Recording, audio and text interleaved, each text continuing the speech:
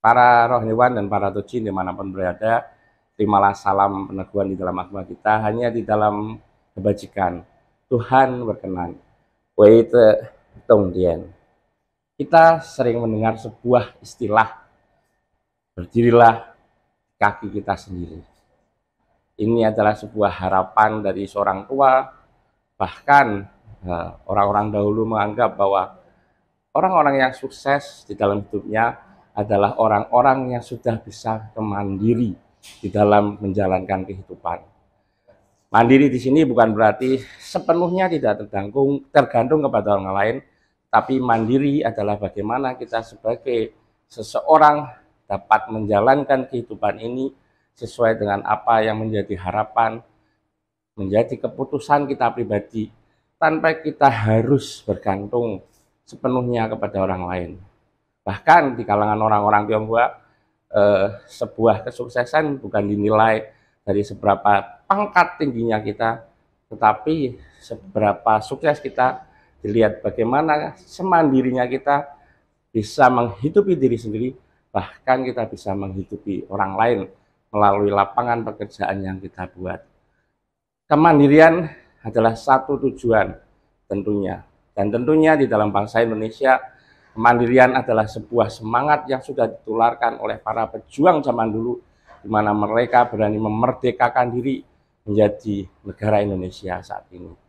Begitu juga di 2 periode tahun terakhir ini, di kepemimpinan Pak Presiden Jokowi, kita mendengar adanya gerakan revolusi mental. Apa yang kita lakukan? Tentunya revolusi mental ini adalah mengembalikan karakter-karakter kita, pribadi-pribadi kita di dalam menjalankan negara dan pemerintah ini untuk mencapai satu, yaitu Indonesia mandiri. Indonesia mandiri tentunya bukan Indonesia yang tidak tergantung kepada orang lain, Indonesia yang memiliki superioritas atas negara lain, tetapi Indonesia yang memiliki jati diri, yang memiliki posisi yang dapat memandirikan negara sendiri tanpa harus bergantung 100% kepada orang lain. Kita bisa lihat kemandirian ini tercermin dari kemajuan-kemajuan yang telah kita peroleh setiap tahun dan tiap tahunnya. Begitu juga sebagai pribadi manusia, kemandirian sangat diutamakan, apalagi sekarang bukan hanya era digitalisasi, sekarang sudah mulai lagi bagaimana kita di era artificial intelligence, bagaimana manusia dibuat begitu mudah mandirinya untuk menjalani kehidupan. Orang membuat tulisan, tinggal kita bicara, akan diketik sendiri.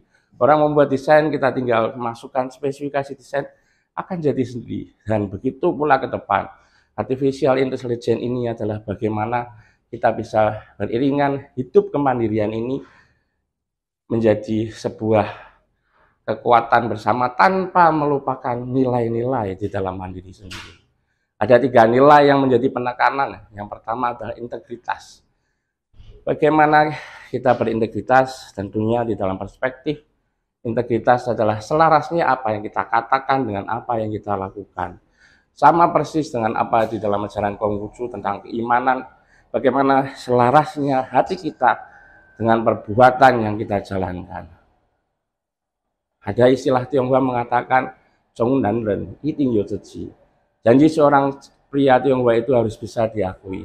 Integritas terlihat bagaimana seseorang dapat menyelesaikan apa yang menjadi janjinya. Seseorang dapat menepati apa yang telah mereka katakan. Walaupun keberhasilannya tidak harus maksimal 100%, tetapi ada progres, ada effort, dan tentunya ada usaha untuk melaksanakan dan merealisasikan itu. Integritas adalah dasar karakter bagaimana kita mencapai kemandirian di dalam diri kita, dan tentunya bagaimana negara Indonesia ini bangkit menjadi Indonesia yang mandiri. Integritas di dalam negara adalah poin yang paling penting. Bagaimana korupsi ditiadakan, dan tentunya integritas kerja yang lain ditingkatkan. Yang kedua adalah bagaimana etos kerja. Ada sebuah ayat di dalam Nabi Konghucu, di dalam kitab Susu dikatakan, Bapak Ibu bisa membuka di rumah, di dalam kitab Chongyong bab 19, di situ dikatakan Di pasal 20 bagian yang terakhir di situ dikatakan, bila orang lain dapat melakukan dalam 10 kali, 1 kali kita akan harus berani melakukan 100 kali. Bila orang lain melakukan 10 kali, kita harus berani melakukan 1000 kali. Inilah etos kerja yang dibangun dan diterapkan oleh umat Konghucu. Simpel aja kita bisa melihat di dalam praktek kehidupan. Kita toko yang lain masih tutup, orang-orang Konghucu akan buka lebih awal, dan ketika toko-toko yang lain sudah tutup, orang-orang Konghucu akan tutup lebih akhir. Ketika yang lain berlatih sekali, kita berlatih 100 kali, yang lain berlatih 10 kali, kita 1000 kali. Inilah etos kerja yang harus ditanamkan bagaimana pribadi kita dan tentunya negara ini jika ingin mencapai satu kata, yaitu kemandirian. Yang terakhir adalah gotong royong. Di dalam gotong royong adalah semangat kebersamaan yang dibangun bagaimana negeri ini tercipta sampai saat ini. Ada sebuah ayat lagi kita bisa buka di dalam kitab Sesu, tepatnya di dalam LNI jilid 6 bagian 3, pasal 30 bagiannya ketiga. Di situ dikatakan, jika seseorang yang berperi cinta kasih ingin dapat tegak, maka berusaha agar orang lain pun tegak. Ia ingin maju, maka berusaha agar orang lain pun maju. Mencapai kemandirian tentunya butuh kerjasama. Mencapai puncak tentunya harus saling menguntungkan. Memajukan diri dimulai dari memajukan orang lain, menegakkan diri kita juga harus dapat menegakkan orang lain.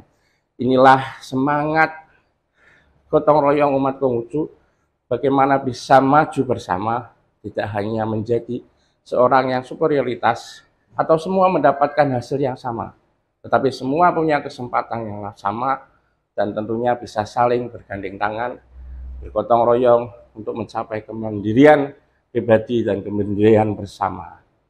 3 sikap inilah, integritas, etos kerja, dan gotong royong merupakan landasan bagaimana kita mencapai kemandirian.